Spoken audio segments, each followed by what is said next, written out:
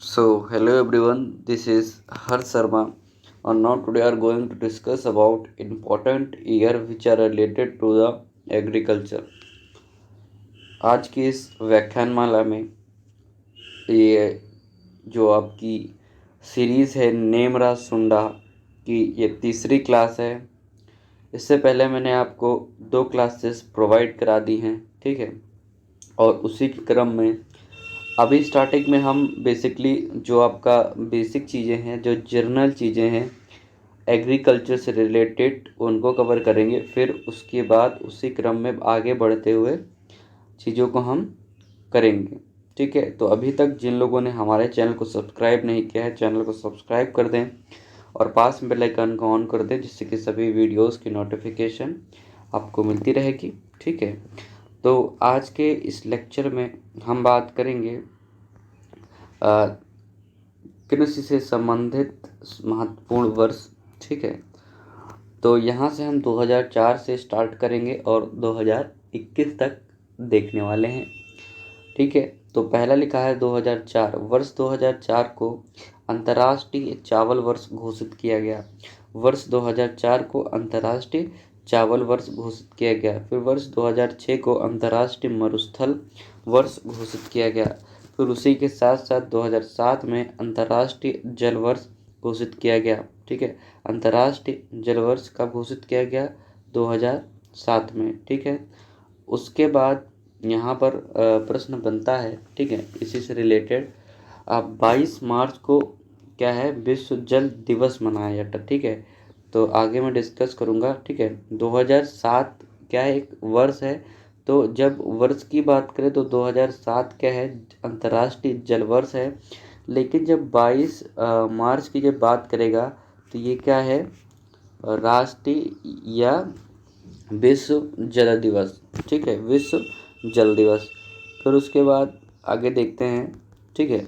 आगे क्या लिखा है आपका? 2008 में अंतर्राष्ट्रीय आलू वर्ष घोषित किया गया, ठीक है। अंतर्राष्ट्रीय आलू वर्ष घोषित किया गया। फिर उसके बाद यहाँ पर है 2009 में ये अंतर्राष्ट्रीय रेशा वर्ष घोषित किया गया, यानी कि इंटरनेशनल फाइबर ईयर, ठीक है, इंटरनेशनल फाइबर ईयर।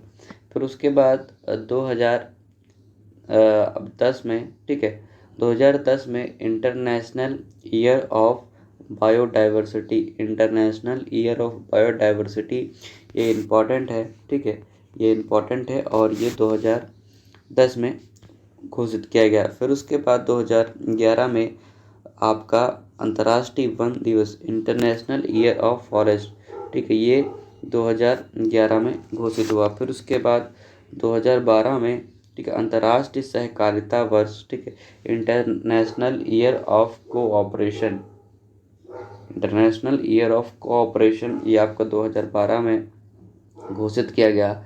फिर उसके बाद अगला है आपका 2015 में अंतर्राष्ट्रीय मृदा दिवस, ठीक है, अंतर्राष्ट्रीय मृदा दिवस 2015 में घोषित किया गया, ठीक है। फिर उसके बाद 2016 में, ठीक है, मृदा यहाँ पर मृदा दिवस नहीं होगा, यहाँ पर वर्ष होगा, क्योंकि हम वर्ष की चर्चा कर रहे हैं। दिवस आपका 23 दिसंबर को मनाया जाता है, ठीक है। अंतर्राष्ट्रीय मृदा दिवस 23 दिसंबर को मनाया जाता है, ठीक है। 2016 को अंतर्राष्ट्रीय 2015 को अंतर्राष्ट्रीय मृदा वर्ष घोषित किया गया। फिर उसके बाद 2016 में अंतर्राष्ट्रीय दलहन वर्ष। इसी प्रकार 2017 में अंतर्राष्ट्रीय दीर्घकालीन पर्यटन विकास, और 2018 में कोई वर्ष घोषित नहीं किया गया था। और उसी के साथ साथ 2019 में अंतर्राष्ट्रीय स्वदेशी भाषा वर्ष घोषित किया गया। 2020 में अंतर्राष्ट्रीय पादप स्वास्थ्य वर्ष ये घोषित किया गया। फिर अंत में 2021 में अंतर्राष्ट्रीय फसल एवं सब्जी वर्ष घोषित किया गया। तो ये आपके 15 क्या हैं? वर्ष हैं, जो 2000 क्या है बेसिकली 4 से लेकर के 2021 तक जितने भी वर्ष घोषित किए गए उनके बारे में मैंने बताया, जो कि कृषि से संबंधित है, ठीक है। उसके बाद कृषि से संबंधित महत्वपूर्ण दिनों की चर्चा कर लेते हैं। तो 15 मार्च को विश्व उपभोक्ता दिवस मनाया जाता है, विश्व उपभोक्ता दिवस, ठीक है, वर्ल्ड कंज्यूमर्स डे, ठीक है। 21 मार्च को विश्व वन दिवस मनाया जाता है, 21 मार्च को विश्व वन दिवस मनाया जाता है। और अंतर्राष्ट्रीय वन जो वर्ष है वो कब है, 2011 को, ठीक है, इंटरनेशनल ईयर ऑफ फॉरेस्ट। ठीक है, आगे देखते हैं। आगे है 22 मार्च को विश्व जल दिवस मनाया जाता है। और इंटरनेशनल ईयर ऑफ वाटर ये 2007 में होता है। ठीक है, अंतर्राष्ट्रीय जल वर्ष 2007 में दिवस की बात करेगा तो 22 मार्च। फिर उसके बाद 30 मार्च को राजस्थान दिवस मनाया जाता है। 22 अप्रैल को ये आपका विश्व पृथ्वी दिवस मनाया जाता है। 5 जून को सबको पता है विश्व पर्यावरण दिवस मनाया जाता है। 11 जुलाई को विश्व जनसंख्या दिवस। 16 जुलाई को ICAR की स्थापना हुई थी। ठीक है, 16 जुलाई 1929 में, तो ICAR डे सेलिब्रेट किया जाता है। फिर उसके बाद 5 सितंबर को शिक्षक दिवस सबको पता होगा। 16 सितंबर को ओजोन दिवस सबसे महत्वपूर्ण है।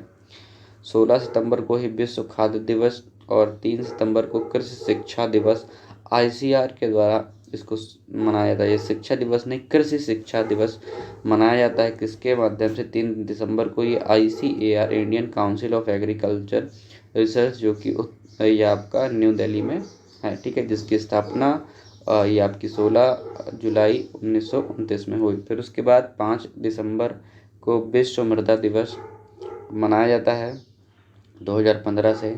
और 23 दिसंबर को किसान दिवस मनाया जाता है। ठीक है, स्टार्टिंग मैंने बता दिया था। ठीक है, 23 दिसंबर को मृदा दिवस नहीं, 23 दिसंबर को किसान दिवस मनाया जाता है। और 5 दिसंबर को विश्व मृदा दिवस के रूप में मनाते हैं 2015 से।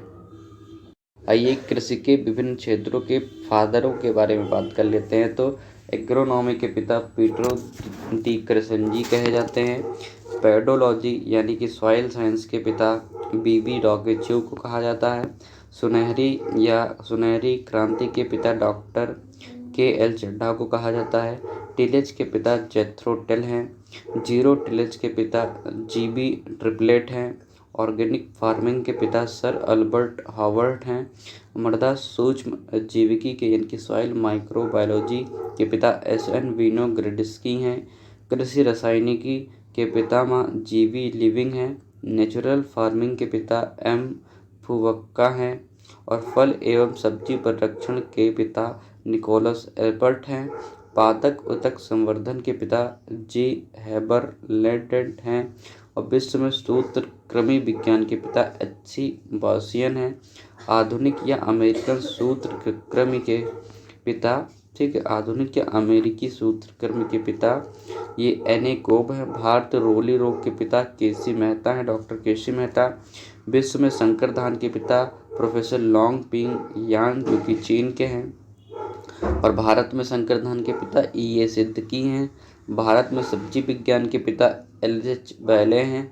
और भारत में अलंकृत बागवानी के पिता MS रंधावा हैं। और अंत में पादप व्याधि विज्ञान यानी कि जिसको प्लांट पैथोलॉजी या पादप रोग विज्ञान भी कहते हैं, इसके पिता एंटोन डी बेरी हैं। ठीक है, तो इस प्रकार से ये आपके आज का ये लेक्चर समाप्त होता है। मिलते हैं नेक्स्ट क्लास में, तब तक के लिए थैंक यू, जय हिंद, धन्यवाद।